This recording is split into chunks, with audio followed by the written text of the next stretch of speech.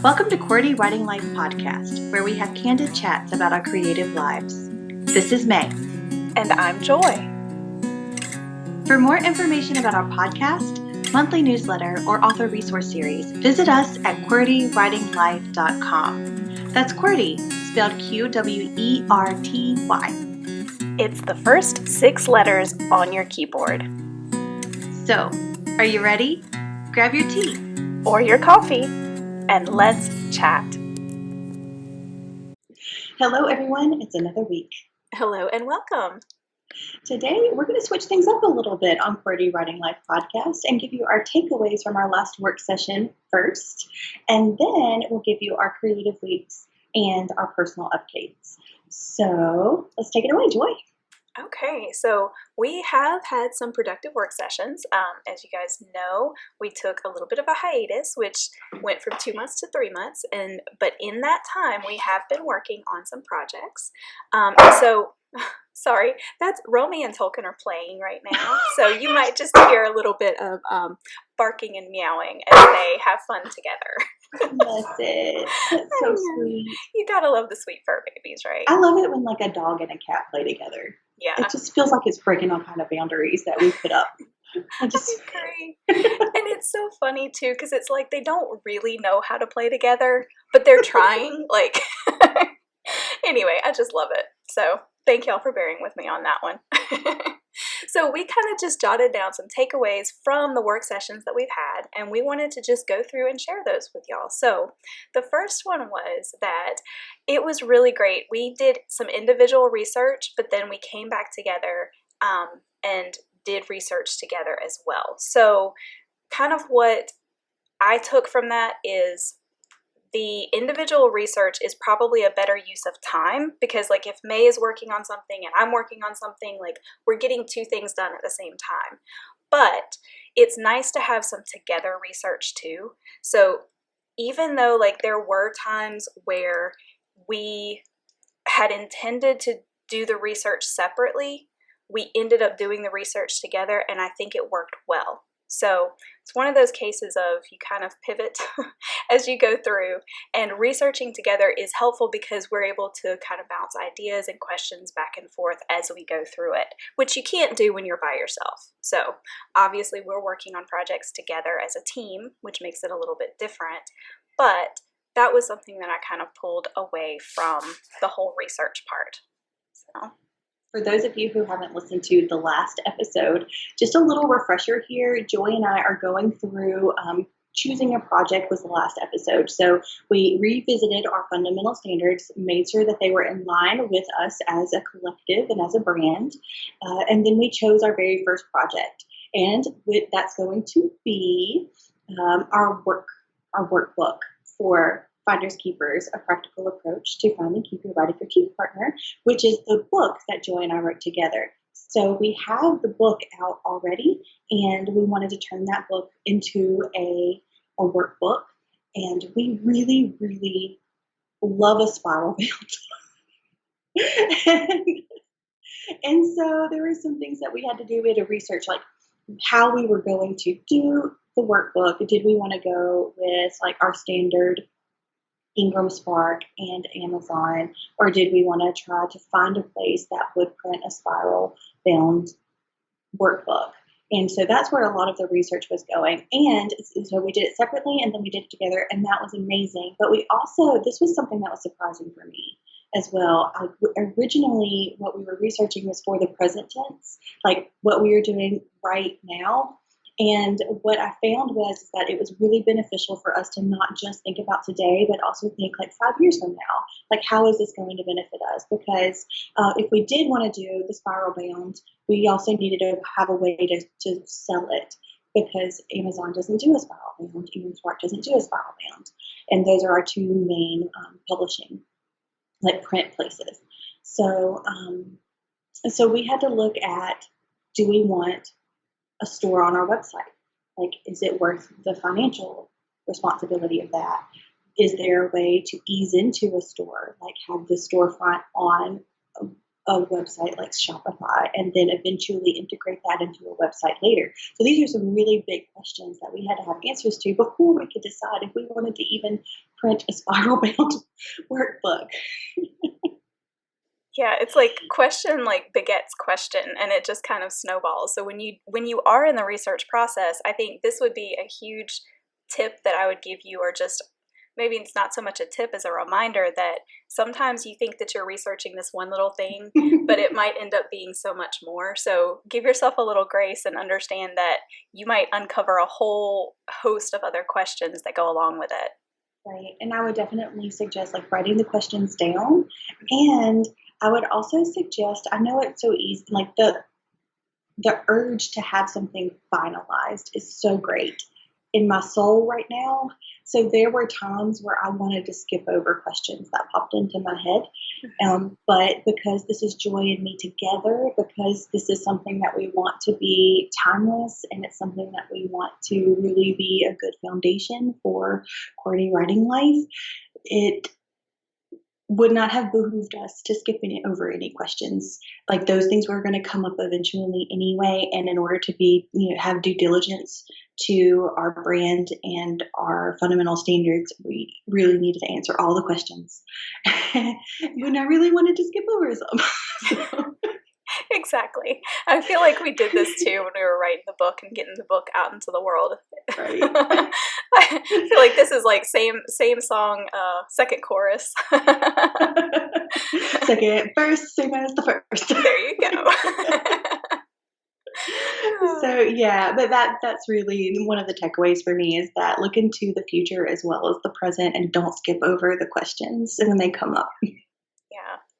And something that was so great for us, and now I know that, many of you guys may not be writers, maybe your projects or some other creative medium, but specifically for us, and I think that this, you're going to find that this crosses over into other mediums is my point here. Yes. For us with books, obviously size is an issue. So when you're getting ready to print a book, you need to know what size it's going to be, because that determines so many things. It determines the cost of how much it's going to be to print it, how much you'll be able to then sell it for, what your profit margins will be, all of that stuff. So it's kind of something you really have to know early on. And it's something you even have to think about, is like, how is it going to look on the bookshelf? Because there are Right. a lot of readers who are very aesthetic and they like their bookshelves to look a certain way. I may speak from experience, but yeah. But we can't be the only medium that is like that, though. Right, I'm sure. And so for us, something that May did that was so great, and honestly, I would not have thought of this, and I love that she did. So when we were looking at all the different size options, she pulled out like a ruler and a stack of paper. And so we visualized, okay, if it's this many pages and it's at this size, like she held up the stack so we could see like the side, okay, how wide is it going to be? Like, okay, what does this actually look like? She pulled out books that were those same sizes and put them next to our book, our current book that is out. Okay, so how would the workbook look next to the book? We did all of this, and y'all, that made a huge difference. Like, just to be able to actually visualize that made a huge, huge difference. So yeah. I'm so glad that you did that, and I would certainly recommend that to anyone and would do that in the future moving forward. Right. So I'm such a visual person. Like, that is my first and foremost learning style, is visual. And it's just something I had to do in order to understand exactly what was going on when we were having that conversation. But I can definitely see how that would be really interesting for potentially or specifically visual arts. Mm-hmm. So if you're a painter and you're doing prints, or if you're a photographer and you're doing like canvas prints and things like that, you want to make sure that you have enough sizes available of your artwork in order for there to be a really cool gallery wall. So think about somebody who loves your work and they want everything that you do, and are you offering sizes enough to do kind of a collection of your pieces on a living room wall, on a hallway, or something like that. But I think that this would be a really good place to pull out your ruler, pull out your piece of paper, and maybe even some like tacky stuff that you can put on your wall and see what it's going to look like. Yeah, that's a great way to visualize. I love it. Another takeaway for me is that we had to decide about what was precious to us. We really wanted this spiral bound workbook, and so we had to decide if formatting the daggum thing twice was going to be worth it. And so with Logos and Mythos publishing company, Joy has an outside formatter, so that would be potentially double the cost to format it in 2 different ways and in 2 different sizes, because spiral bound wasn't necessarily what we could have offered to us from Ingram Spark and from Amazon. So we had to decide, is the spiral bound precious to us? If it's precious to us, how precious is it? Is it worth that extra money? Is it worth the extra time? And is it worth learning about Spotify stores or any other kind of internet stores? Is it worth having boxes of printed spiral bound workbooks in our garage when we have speaker events? We can take them and only sell them at speaking events. Like, is it worth the trouble, basically? And we have thoughts on that. We haven't. I don't think we've decided 100% yet, have we? I don't think so. I think we were still researching the sizes and what the options were with all the platforms. I think that might have been one of the last pieces of the puzzle that we had gotten, but right. I can't remember exactly what it was. So we haven't come back to discuss that again. Right. So, yeah. But we had the discussion of, okay, well, if this is the case and, we can't do all the same size on all the platforms, like, right. What do we think about this? Like, how important is it? How precious is it? Like you said. Exactly. Yeah. And it's obviously pretty precious to us because we're still talking about it. And I think that's an indicator too.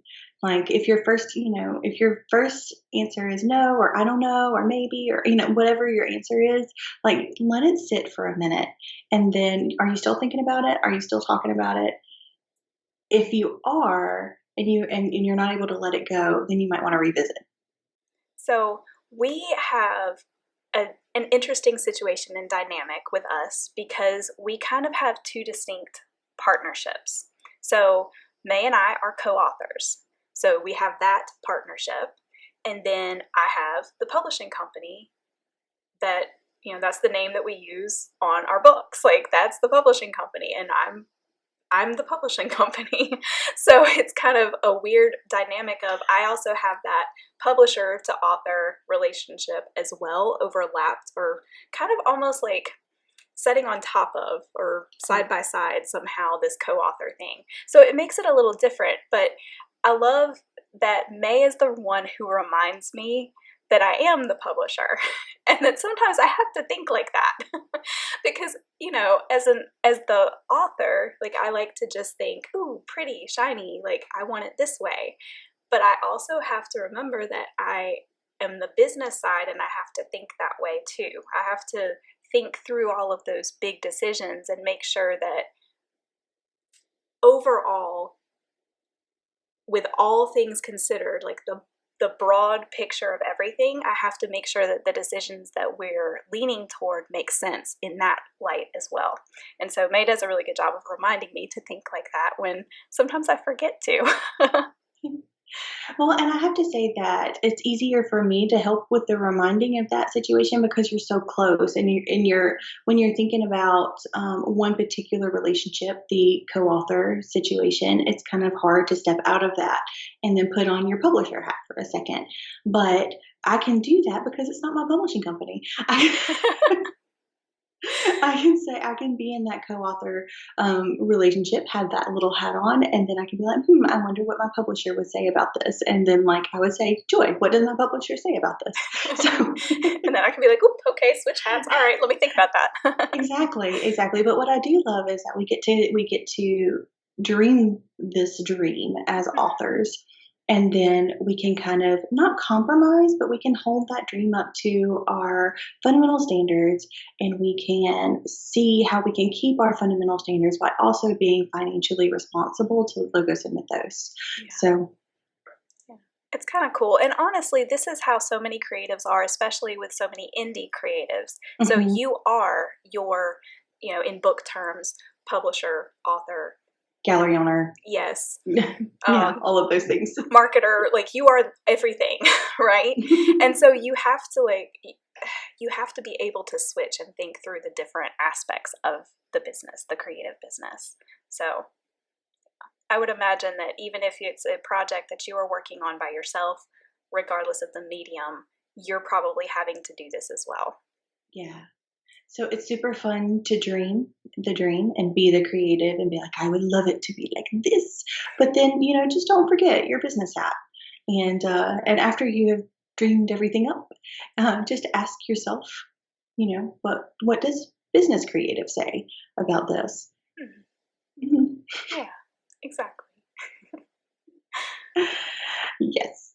Okay, so we're probably going to say this every episode, and it's okay because it's so important. It's so important. But another takeaway, it was just the amount of communication that we had to have in order to have this conversation at all with the research, with I'm researching this. Okay, so you're researching that. I'm going to research this, and just being able to stay in communication and not go on a white rabbit trail without letting Joy know first.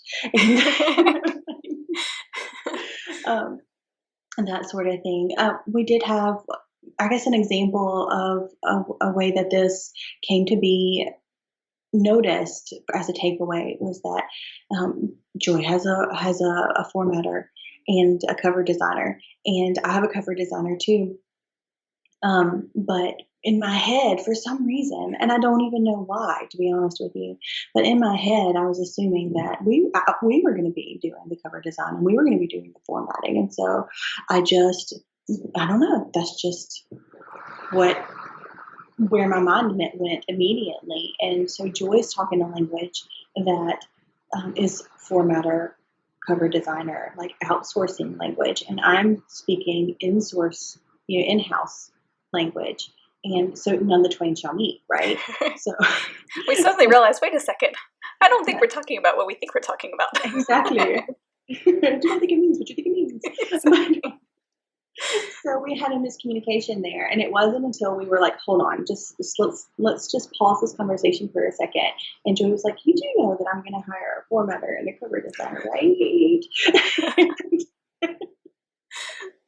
And it was just like, oh, epiphany. It was wonderful. I really, that was great. So now we can have a conversation that's meaningful, that is understandable to both of us, and we can continue on planning this jazz because we couldn't. We were stunted. We were stagnated in this miscommunication point. So that was an example of that. Yeah, that's a good example. And so, just another thing that really is a big takeaway, and I can't remember if we said this in the last one or not, but making yourself notes and lists, and like May mentioned earlier about the questions, writing down your questions and the answers to them, like having them in a place, right? Okay, also another thing is pulling the links as we research. So This was super huge, especially when we were doing individual research, because that way we could put whatever links we were looking at, and we could put in parentheses behind, this is what I discovered from this. Like we can kind of give like a snapshot of, this is what I learned when I read this blog post about this company, and then we can each read that and know, get the Cliff's Notes version of the research that the other person had done. And this is also vital if you are working on a project by yourself. I have to do this when I'm researching for a book. I have learned the hard way, like I have to put those links that I've used for research, and I need to always remember, don't always do this, and I always regret it. I have to put in there, what did I get from this link? Like, what did I learn? Was this a good link and helpful or not? Was it not helpful? And that's equally helpful to be able to know, look, I've already been to this website and this is not what I needed. So I'm not wasting time down the road going back to the same website thinking, oh, surely I'll find something here on the topic of, guns in, I don't know, Lithuania. Okay. I have no idea. I'm not writing about it. You're researching that. I'm not. I think that's really important too, especially if you're like a video, if you like a lot of videos and YouTube is your university, because I have noticed, I mean, it's been going on, but I think it's gotten worse now, where there'll be clickbait links or clickbait titles to YouTube videos, and it's like, oh, this is exactly what I need, and then it's not. And then And it's 16 minutes later, you're like, well, that was really a waste of my 16 minutes.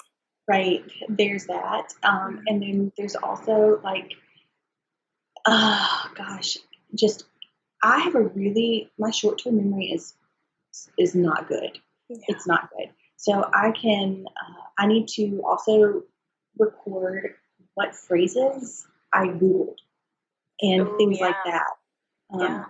Those specifics, because if my internet goes out or if there's something that happens where I have somehow gone back too far and I can't recover the phrase that I've Googled and it's exactly what I needed and I was going down that list and researching that list, like recording the phrase that I was Googling and then like what websites came up from underneath it with the parentheticals on the side of it is super helpful. But since my short-term memory is so short, if I am researching synonyms, I'll forget which ones I'm on. Yeah. So yeah, an example of how that's really helpful to have the search that was actually productive is I have had a number of times where I have researched the same thing. There was one particular thing in my in Any Good Thing that I kept searching for, and I searched for it every which way you could think of, I thought. And finally, I went back months later and I was trying to find an answer to this particular question. And I typed it in, I guess, a different way than I had before. And boom, I got the answer that I needed. But literally months later. And so that's a case of, man, I sure hope that I kept exactly how I put that in to get to the answer that I needed, because nothing else worked before. That happened with my water novel research. While I was doing that, I was like, what did I search? Because it wasn't coming back up. And so that's the worst too. It's like I finally found exactly what I needed and I don't know how I got there. And then and then I wasn't able to repeat it. And so it's like, I know you're out there. I know what I need is there. Anyway, do that. Yes, do that. Don't be like us and not do that. Yeah. Oh my goodness. So I think that the last thing that I have to say really is about how everything just always takes longer than I expect it to in my creative life, in my personal life, in my professional life. It all just takes longer than I think it's going to. It does. It really does. I don't have anything to add to that because that's just amen. Right. So, and I guess the situation here is grace. Yeah. In that, I think that when things take way longer than I have planned for it to, I feel like I shouldn't do that anymore. I feel like at this stage I should know how long it's going to take, and I shouldn't have this issue. Right. But that's not the case, because life is always changing, and there's always different things that happen or different circumstances that come up. Yeah, I know. Chuckle, because that's all we can do right now. Anyway, but yeah, I think that's what I'm trying to say is that that you're not. There's no reason to feel shame or like incompetent or anything like that if something takes longer than you expect it to. Even if you've done it 10 other times and it took that same amount 10 other times, this is a new time. Yeah. And there are always variables that can change. Even if you've done it before over and over and over again, but especially if it's the first time and you think that this should be easy. I will allot 1 hour to research. Ha ha ha ha. And all the writers laughed. So yeah, if it takes longer than you expected, then just let that go and keep trucking along. Yeah. Well said. Which is almost an excellent segue. Should we? Yes, I think so. Okay. So let's get into our creative weeks, Joy. Oh boy. So maybe like the personal updates might be helpful, and as well as creative weeks, we will merge those two things together so that we can give you a full picture of what's happening. Yes. Okay, so for my end of things, so our our hiatus was supposed to be 2 months. You might have noticed that it was 3 months, but we are back in the game and all of that, putting our episodes out, and we have been working. But a big part of what gave us a bit of a halt was in my own personal life. So my parents are older and they have had some health issues and some huge life changes, and I was needed to facilitate some of those things. So I was pretty much gone for 2 weeks. Yeah, the majority of 2 weeks I was kind of just even away from home. 1 full week, and then lots and lots of phone calls in between for a few days, and then back away. So that really affected my ability to be present to do stuff like this. It happened at the same time that my kids' school was starting, so we started 1 week late. I'm glad that it was only 1 week late, but all of my prep time was eaten up, which means that I've been doing the rest of that while starting school, and that's pretty much my day, is kind of how my days are going right now.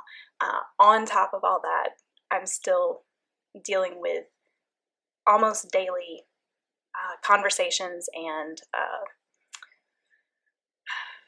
planning and facilitating that I'm kind of helping with in one form or fashion most days of the week as well. So it also includes a lot of emotional, like just draining. It's draining emotionally. My physical health did take a little bit of a toll there during that time where I was gone, and I had to recover from that. But I will say, and this is where this isn't your creative week in the traditional sense, but I have had to do some deep thinking and just deep thinking about what's most important and where my focus needs to be. And so for me, when I was able to come back home in a more, and start to get back into a schedule and all of that kind of stuff, like my health had to take priority because it went badly. And I had to get that back under control. And then I had to make sure that my kids' school got going and got going well. And so my immediate family and my health have become my primary focus. Foci?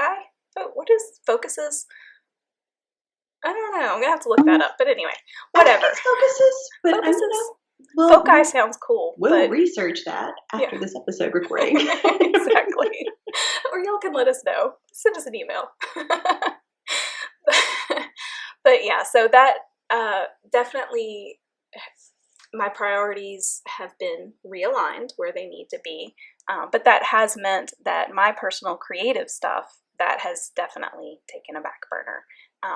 And so, yeah, which kind of stinks and I'm sad about, but it is what it is right now. And I have a plan in place, which could always be shot to, Pluto, but we'll see.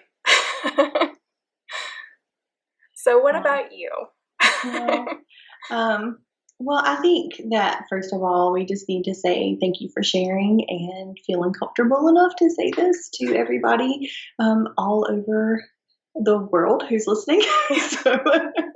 And I have to say too, definitely thanks to you for extending so much grace over this month. It's just been, I just kind of had to drop stuff, and I hated that. I hate doing that. That's the worst thing in my mind to have to do. But you've been so gracious. Yeah, you've been so gracious and so kind, and I appreciate that. I don't feel that way. I feel as if this is just what needed to happen, and this is what you needed, and so we do what you need. That's just it. It doesn't even seem like an option. And you've been so gracious to me in all of the different things that have happened in my life too. So I just, I'm happy, not that I'm happy that you're in this situation, because that is not the case at all, but I am glad to be able to help you in this way, because you've done so much for me. So there's that. No.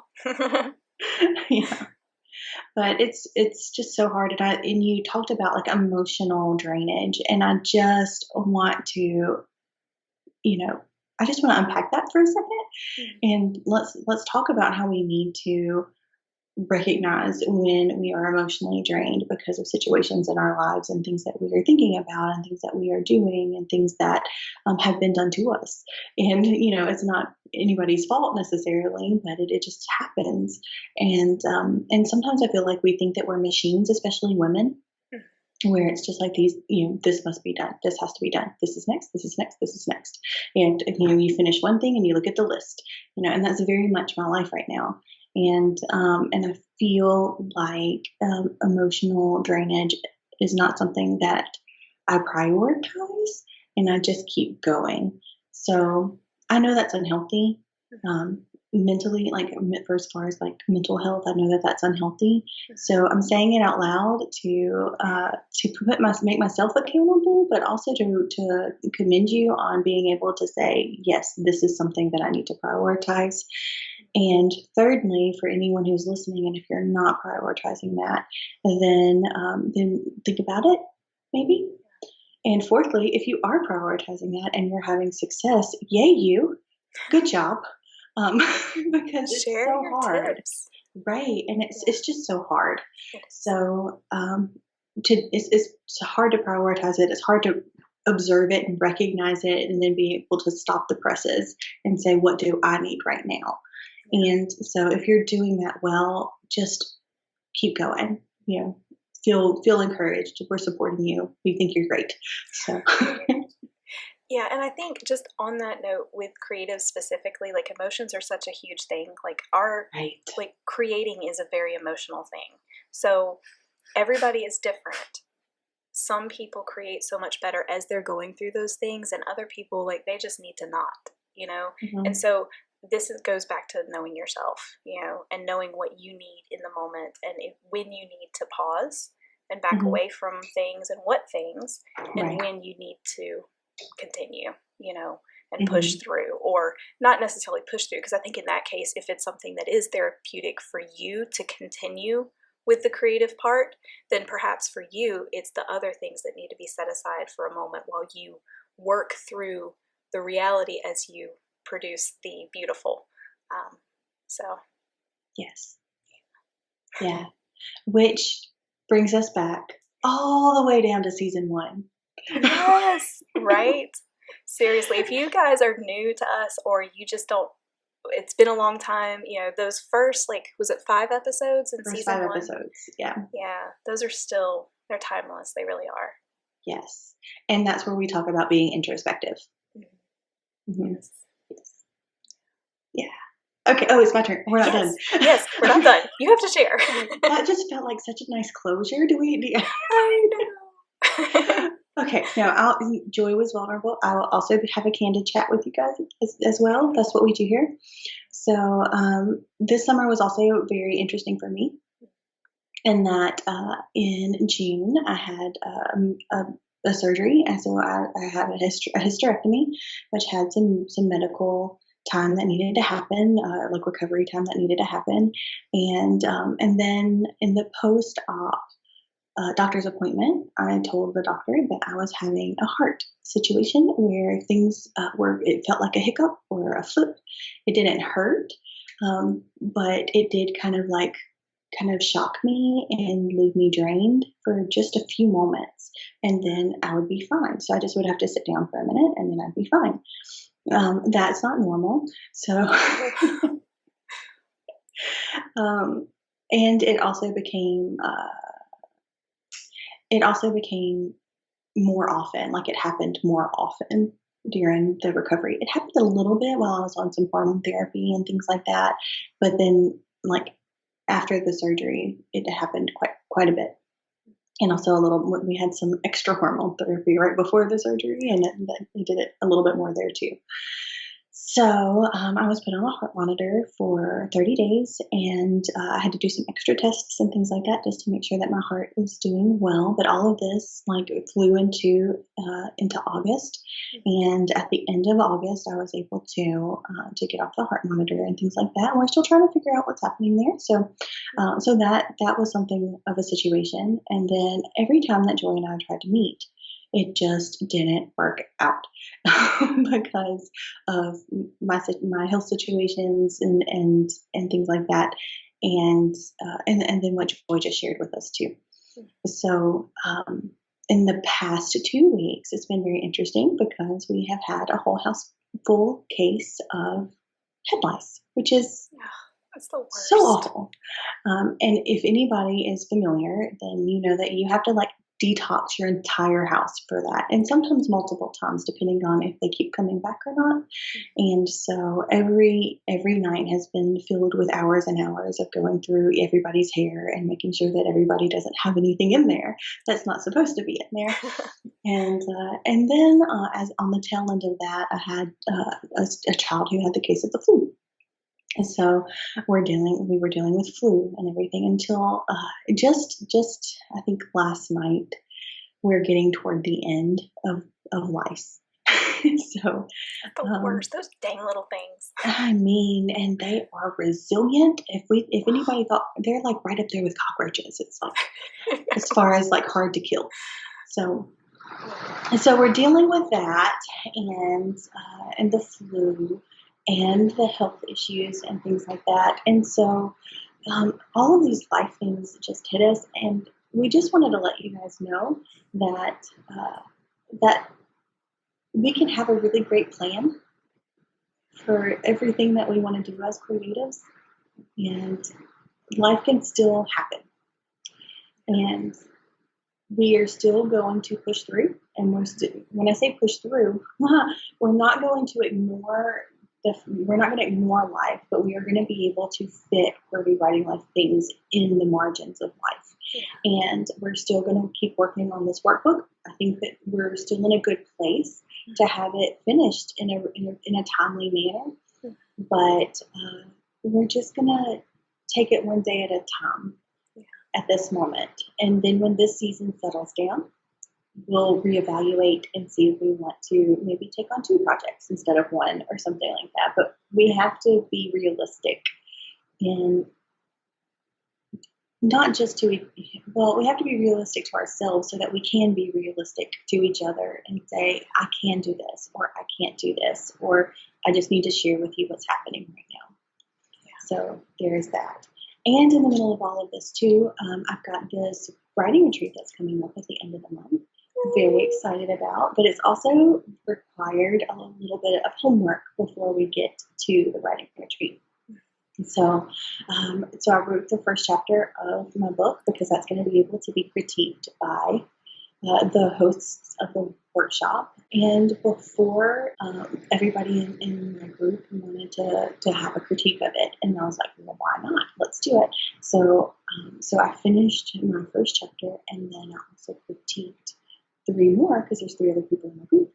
So I critiqued that, and then another assignment came up to where we had to rewrite the Midas story into a short story. So I don't think I told you about that yet. No. And so I wrote, and it had to be 5,000 words or less. So I wrote a short story. It's 5,000 words or less, and I have critiqued 3 other short stories that were 5,000 words or less in all of this time.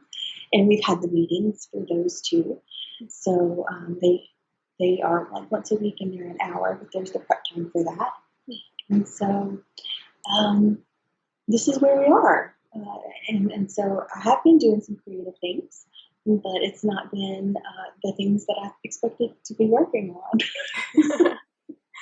But when you're responsible to other people, it does put you into this place to where we're going to make sure that they're not going to suffer because of me. So. Well, that's so exciting what you've been able to do already with it, and I can't wait to see how things go during the actual event, the retreat itself, and how cool is that? Right, so copious notes. I will bring copious notes. Absolutely. Well, so that's my personal update and also creative week in a nutshell. Shall we do a QWERTY challenge? Oh, I didn't even think about a QWERTY challenge. So I do have one though. And this is something that it's something that we've talked about through here is, writing everything down, writing the questions down, making lists, all of these things, writing down your research or links, all of this stuff. And guys, just to be perfectly frank with y'all, if we had not done a really good job of this after our last session and during those sessions that we had, this episode wouldn't have happened the way that it did. Right. So we had done a really great job of recording everything that we had talked about and recording the takeaways from each of our work sessions as we went through them. And so basically it was all there and ready for us.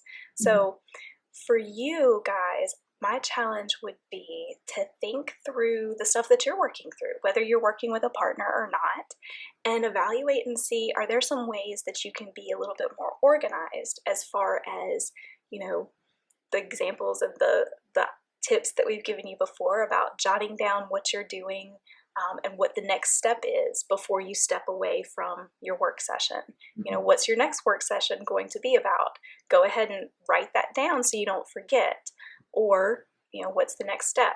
What's the next whatever? Or even just jotting down the things that you've already done, having a list somewhere, checking off the list as you go so that you still have that and you can go back and see, okay, I've already checked on that and here's the link and this is what I found out there.